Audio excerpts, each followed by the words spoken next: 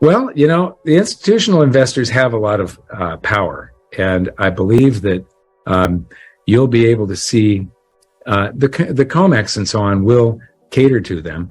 But I do think the COMEX may potentially be headed for a default here. I think there's going to come a day where, there is a chapter on the book about a giant gold manipulation that happened during the pandemic.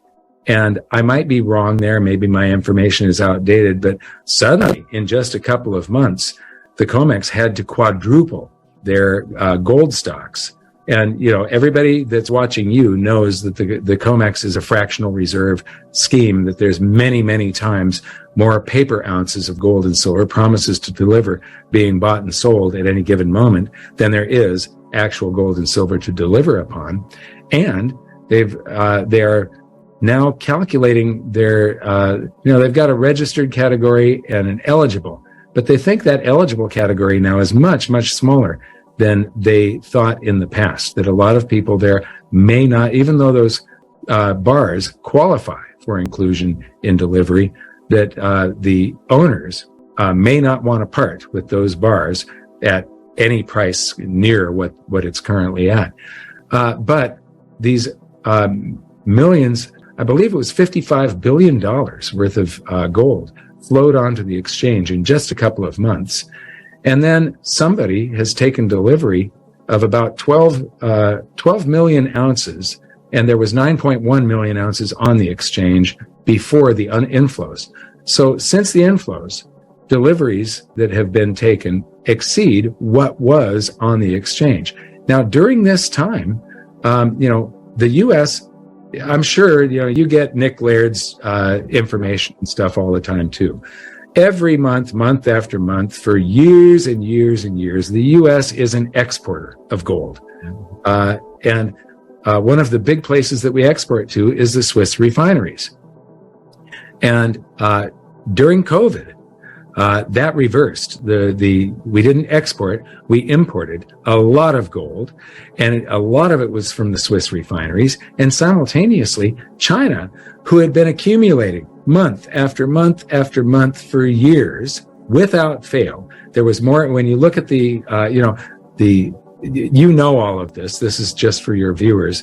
When you look at the central bank accumulation, they only report once in a while, and then it takes this big leap up because they haven't been telling us anything before. They keep it secret. But the Hong Kong exchange and the Shanghai exchange, we know the inflows and outflows. And there has been a net inflow into China every month for years and years. And then suddenly they stopped importing during the period of time when the U.S. was importing. How does that happen? Is there somebody at these big bullion banks powerful enough to get China to actually stop importing gold for a few months while the U.S. gets enough gold to stay out of some emergency default? Because I think that I haven't checked all of this as deeply as I need to, because it requires somebody going through spreadsheets of inflows and outflows of all of the different countries around the world and trying to be an investigator and figure this out. Maybe Ronan Manley has already done it. He's a great analyst. He is. Yes. Yeah. I have a lot of respect for his writing.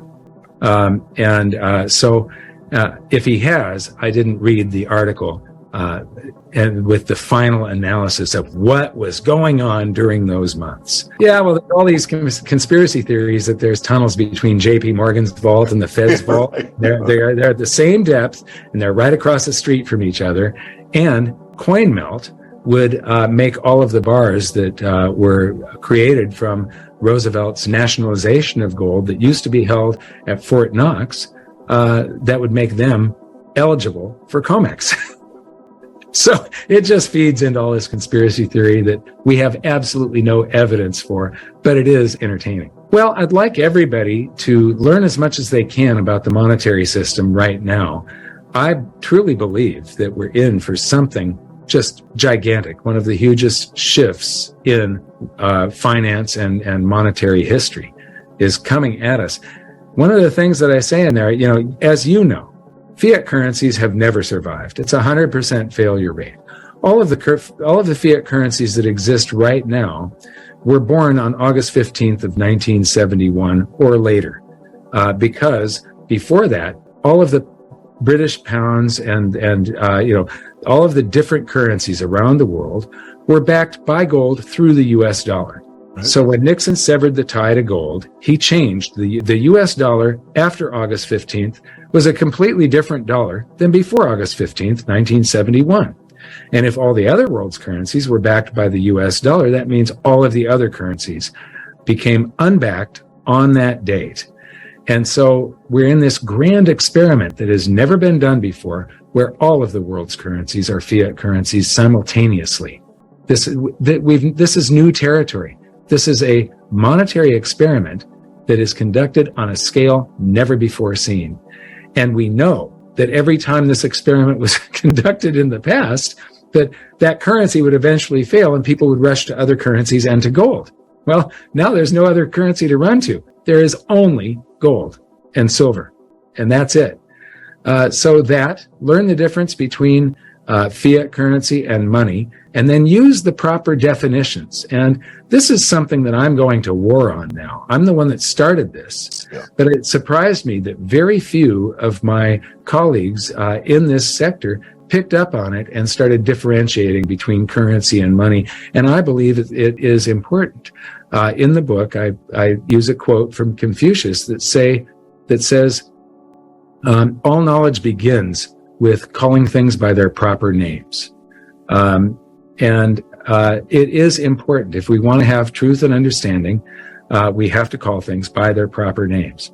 And calling the U.S. dollar money is giving it accolades it does not deserve. It does not store value. It steals value from you constantly, every day, and transfers a very, very tiny sliver of value to someone else. Whoever got the new currency the Federal Reserve just created. Whoever gets that first and spends it, they get the full purchasing power. But as it circulates, it's going to cause prices to rise because we didn't inflate the dollar. We we inflated the currency supply. We devalued the dollar by doing that. And lastly, go to ggsr21.com, and it's for free. We're not going to try to get your email address. You don't have to give us anything to get chapters 3 and 4 of Great Gold and Silver Rush of the 21st Century. And there's going to be more posted there because I wanted this book to live beyond the original print date. And stuff is changing so fast that a lot of these charts that are in the book, you'll be able to go there and see the latest update, and then I'll be able to make comments on it and such. So those are the 3 things that I'd like to leave people with.